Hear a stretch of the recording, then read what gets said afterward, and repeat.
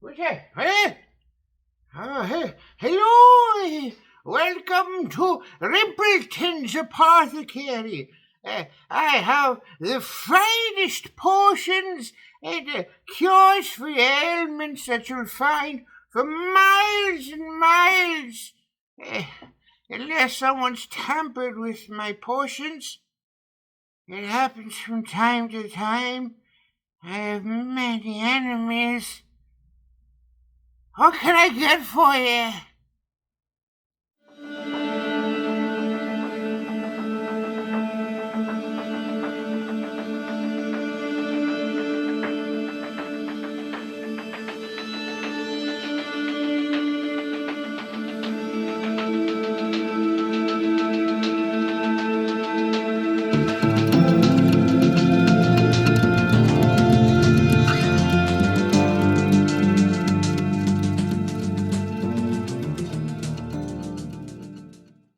Alright guys, welcome to another episode of Redbeard's Dungeon / Redbeard's Workshop. This is a little bit of both, a little bit of D&D and a little bit of artwork. So today, if you can guess from the opening, we're going to be making some potions. I'm going to be using some glass vials that I bought from Michaels. I'm going to be using some resin that I purchased from Michaels. And I'm going to be using some color dye to switch up the colors a little bit. Now, the idea behind this I got originally from watching Critical Role. Matthew Mercer made some resin potion bottles. I thought they looked really cool, and if you've watched some of my other videos, you know I love playing with physical terrain, with props, things like that when I play D&D. I really enjoy those things as a dungeon master. So what I decided to do was copy them. So I first saw it on Critical Role with Matt Mercer. Then I saw other YouTubers do it. And I was like, that looks like fun. I want to do it too. Alright, so here I have my scale so I can make sure I'm measuring the same amount of resin from part A and part B correctly. I've got my colored dyes there. I've got my various vials that I purchased from Michaels. And I got some dice, some D4s for healing dice that I found that fit perfectly inside those bottles. I purchased those from Amazon. Now, like I said, I've seen other artists do this on YouTube. They all bend the rules a little bit, and everything seems to work out okay. So I may not do things exactly the way it tells me to do it on the label, but I think it'll probably turn out okay anyway. Let's get to potion making! Now, Smart Man would probably have mats out or something protective, but I'm not a smart man. I'm a goofy man. This cup weighs 10 grams. This cup weighs 13 grams. Okay, come on, man. Let's go, manufacturers. Get this stuff straight. Now it's 11. Now it's 11. Why are they the same now? It was 10 and 13. Now they're 11 and 11. Now it's went from 8 to 10. Now it's 10. Oh, man. This is going to be mostly accurate. So the idea here is to mix the resin up in the two separate parts, make sure that they weigh the same, and then mix them together and stir them for about 5 minutes or so, thoroughly scraping the sides of the cup, scraping the bottom of the container until you're sure they're fully mixed with no swirls or anything inside, and then you pour it into your glass.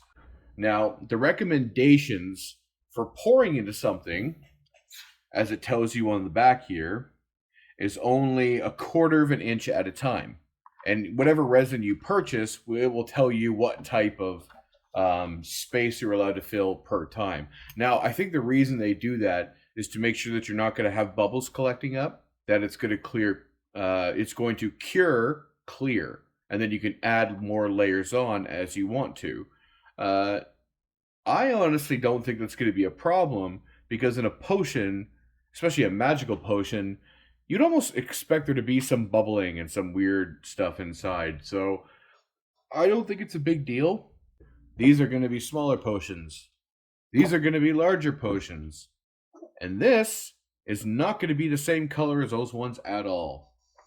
This is going to be a blue color because it's not going to be a healing potion despite the heart shape.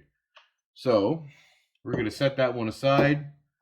we need enough resin to fill up the bottom of these smaller normal healing potions, and then these greater healing potions up here. So we're going to get to do some mixing and some coloring.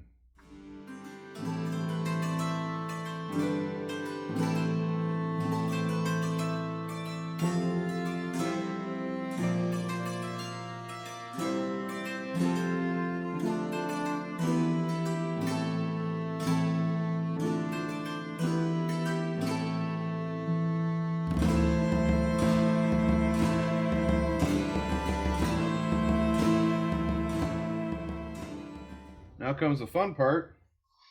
We're going to mix these two together. Get absolutely all of it out of the cup here. Scrape the entire thing in.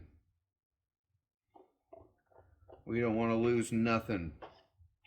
Not a single gram. Alright. I'm not going to make you guys sit here and watch for 5 minutes while I mix the stuff together. So, I don't know, just like time travel into the future or something. Alright, so I've been doing this for 5 minutes. My forearms and my arms are quite tired, but we gotta keep going here because now I gotta add our red food coloring. Oh, I saw this would happen in a video. That these things, you have to kind of poke the outside for the stuff to come out. So, don't want this to harden too quickly. Let's find something to poke that sucker. This here is a tool I use for my clay sculpting when I do that on a rare occasion. So let's pokey, stabby, stabby. Oh, there's something. Oh, there we go. So now it looks all bloody on the tip of this. It's definitely working now. All right. Now I've seen this stuff really doesn't go a long way from what I've watched. You need to really put a lot of this in here to get the colors you want, because the resin itself is almost like a white color. It's not really as clear as you would think right away.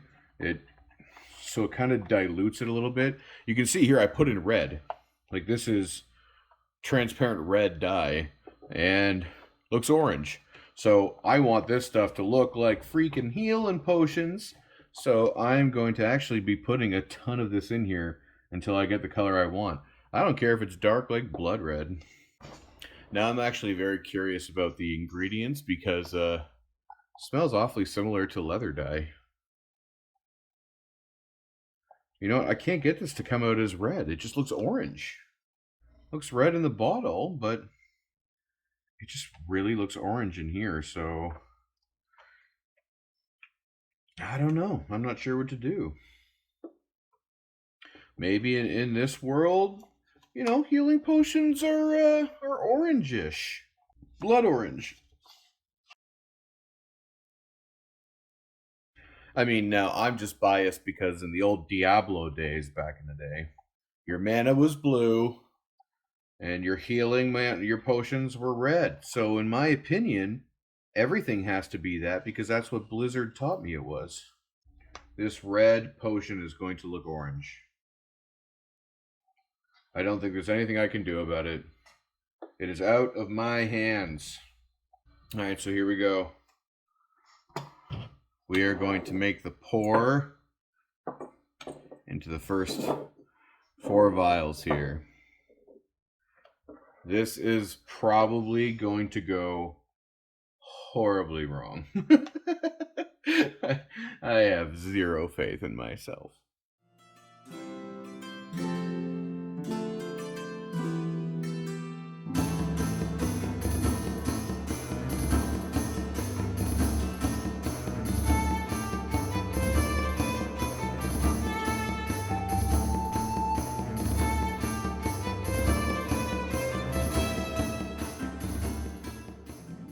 Alright, let's get some stuff to clean this up. Alright, so here it is. My potions. It looks a lot darker on camera than it is. But we will see what color these suckers dry. Again, they really didn't turn out as red as I wanted. They look really orange in person here. So I used the red dye. I'm not sure what else to say, but maybe an opaque dye instead of the translucent dye is the trick here. But hey, part of the channel is, you guys learning from my mistakes. So we will see how it turns out. In the meantime, let's pour a blue potion. So this one, I only have one clean cup left. So I'm going to be pouring it all into one. So I put 55 in there. Another 55 would be just 70. 50 is 120. Make sure I get my math right for this. This one I want to pour a little bit more into because I am only putting one dice in this potion as opposed to the other ones that will always have 2 to 4.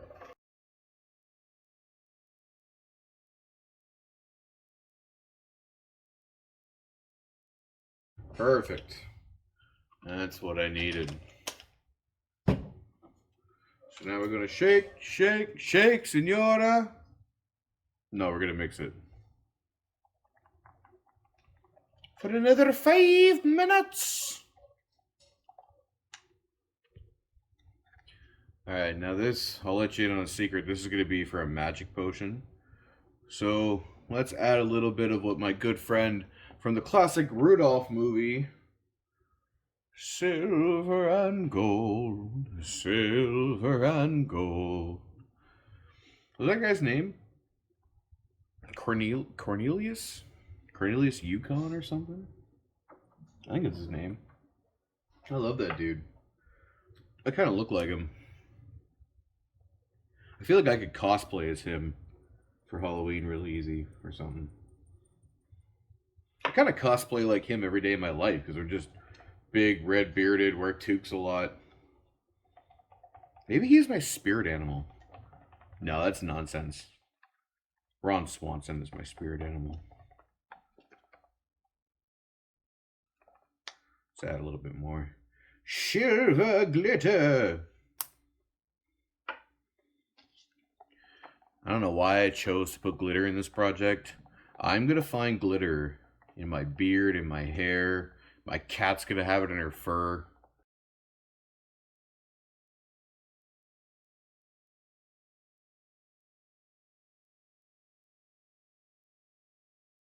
Well, I like the color, especially mixed with the glitter. It actually looks really cool. But again, I just want a slightly stronger color, so I'm going to put a little bit more in here. It might be that I should have gotten some opaque color mixes as well, because maybe the translucents are just a little bit too light. Oh no, the blue's getting deeper. I like it. The blue looks great. Maybe it's just the red that was a dud. Alright, this is mixed thoroughly. Let's get this poured into our last jar. And again, this one is going to fill up much higher because we're only going to be putting one dice into this one. One die. Ooh. This stuff smells like if you accidentally ingested it, you would get mutant superpowers. Like it's toxic.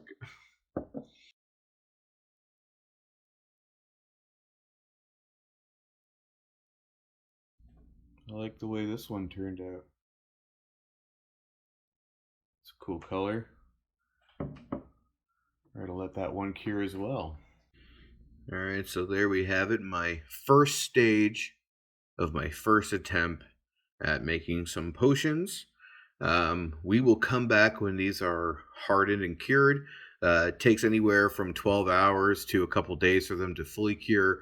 I'm going to get these to a place that's a little bit ventilated and out of my cat's reach so the poor girl can't get near them. I know these do get quite hot when they cure, so we're going to leave them somewhere where I won't be touching them to test them. And when we come back, we're going to put some finishing touches on these that you guys might enjoy. Alright, so our potions have finished curing, and for the most part, they turned out okay. I did learn some lessons from things that didn't go quite right here.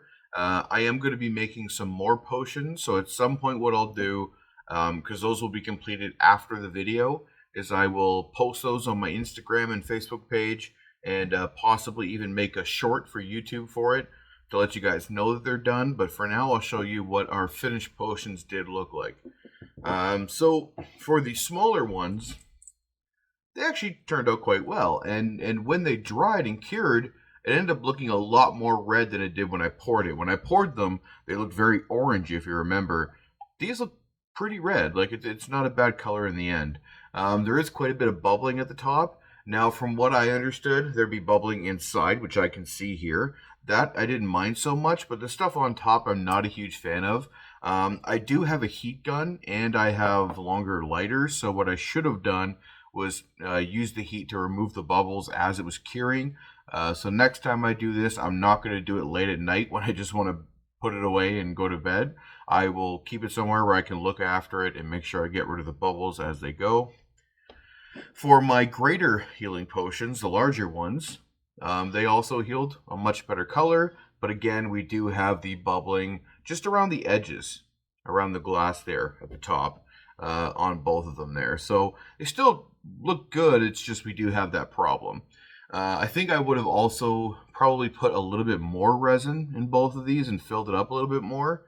Our special surprise magic potion, however, we did put a lot more in here, and this one filled up to a great size, great length. I do like the silver glitter that I put in there. It does add a little bit of sparkle throughout.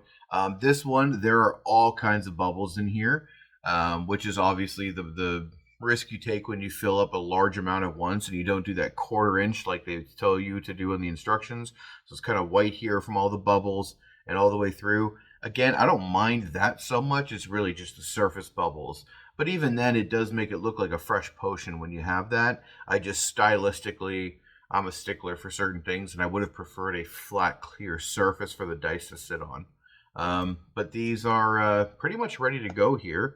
We're going to be putting on our last touches. I'm going to be putting some type of thread or something just around the neck of the bottles here. And I made some Rimpleton's Apothecary labels here for a logo for the front and the description of the healing potion and the type of potion for the back of the bottles here, so that I can adhere those on. The players will know what it is when they're rolling it. And you can see there the little simple logo that I created.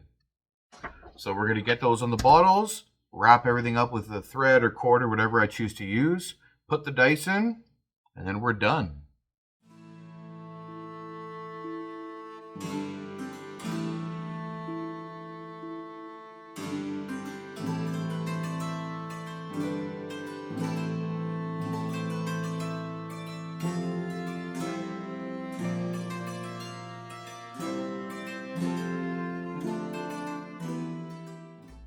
So I wanted to add some extra detail to my potion, so I decided to put some type of wrapping around the neck of the potions. I have some red thread here that I've used on previous projects, and I have some thread that I've used in my leather crafting before. So what I decided to do was just adhere and use some super glue to get just the starting portion of the thread stuck onto the bottle. Let it dry, and then once it's dry, I can wrap the rest of it around, put a little bit more glue on to hold it into place, and then we should be good to go.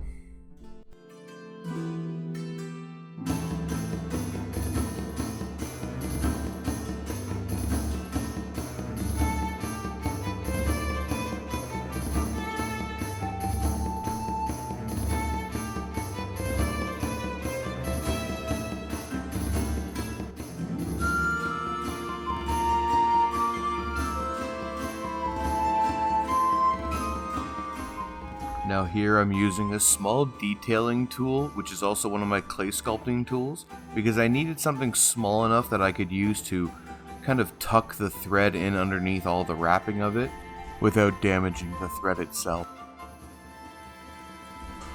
Alright, now comes the fun part, where I get to adhere all of my labels onto the bottles themselves.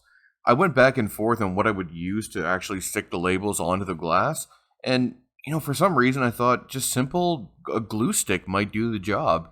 And if not, then, it's easy enough for me to try other things down the road, but I wanted to see how this worked. And honestly, it was pretty perfect.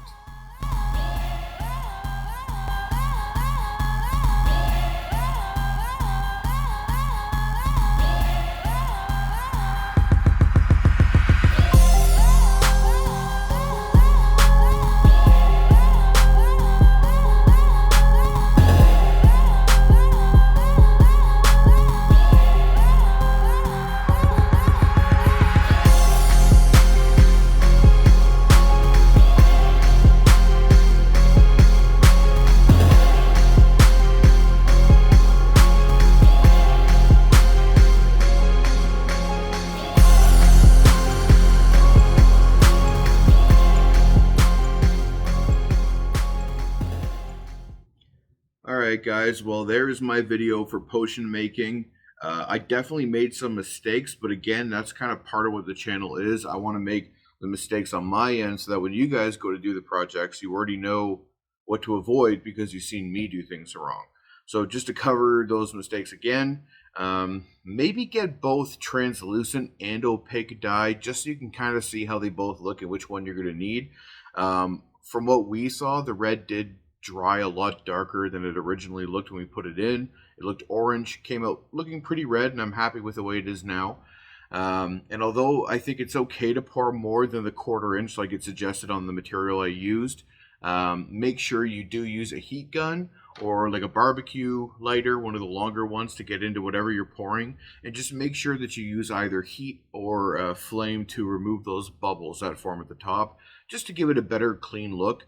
If you do want it to be clear all the way through, then follow the instructions. If it says only pour 1/4 inch at a time, 1/2 inch at a time, whatever it is, just stick to that. But other than that, I'm pretty happy with the way they turned out. And my next batch hopefully will be a little bit cleaner and a little bit cooler. And like I mentioned before, as I do make more potions and more resin art, I will be making either videos or just posts on my Instagram and Facebook page. So make sure you guys check those out. Thanks again for following along, and we'll see you next time on Redbeard's Workshop.